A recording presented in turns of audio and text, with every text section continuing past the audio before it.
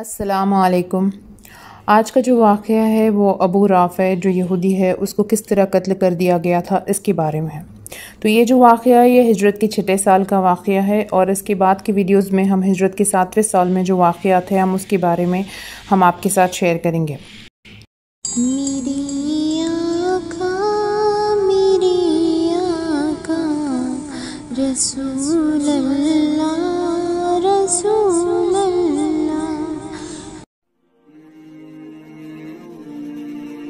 تو جو ابو رافع جو یہودی ہے اس کا اصل نام عبداللہ بن ابی الحقیق یا پھر سلام بن الحقیق تھا۔ یہ بہت ہی دولت مند تاجر تھا، لیکن اسلام کا زبردست دشمن اور بارگاہ نبوت کی شان میں نہایت ہی بدترین گستاخ اور بے ادب تھا۔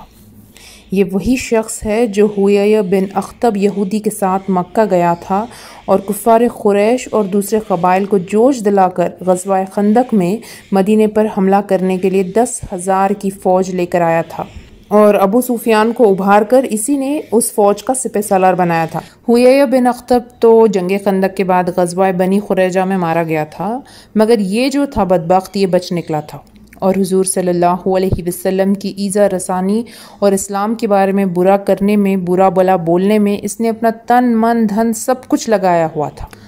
تو انصار کے جو 2 قبیلے تھے، اوس اور خزرج، ان دونوں میں ہمیشہ مقابلہ رہتا تھا۔ تو یہ مقابلہ کس طریقے کا رہتا تھا؟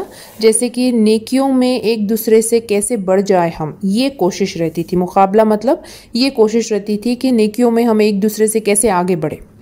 چونکہ قبیلہ اوس کے جو لوگ تھے جیسے کہ حضرت محمد بن مسلمہ وغیرہ، یہ سب لوگ ہجرت کے 3 سال میں بڑے خطرے میں پڑ کر ایک دشمن رسول جس کا نام کعب بن اشرف یہودی تھا اس کو قتل کر دیا تھا۔ اس لیے قبیلہ خزرج کے لوگوں نے مشورہ کیا کہ اب رسول اللہ صلی اللہ علیہ وسلم کا سب سے بڑا دشمن ابو رافع رہ گیا۔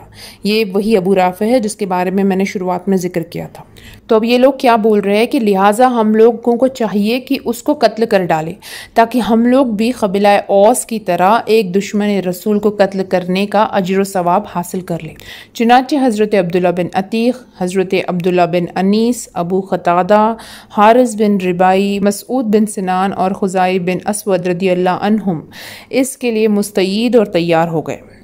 ان لوگوں کی درخواست پر حضور صلی اللہ علیہ وسلم نے اجازت دے دی اور حضرت عبداللہ بن عتیق رضی اللہ عنہ کو اس جماعت کا امیر مقرر فرما دیا اور ان لوگوں کو منع کر دیا کہ بچوں اور عورتوں کو قتل نہ کیا جائے۔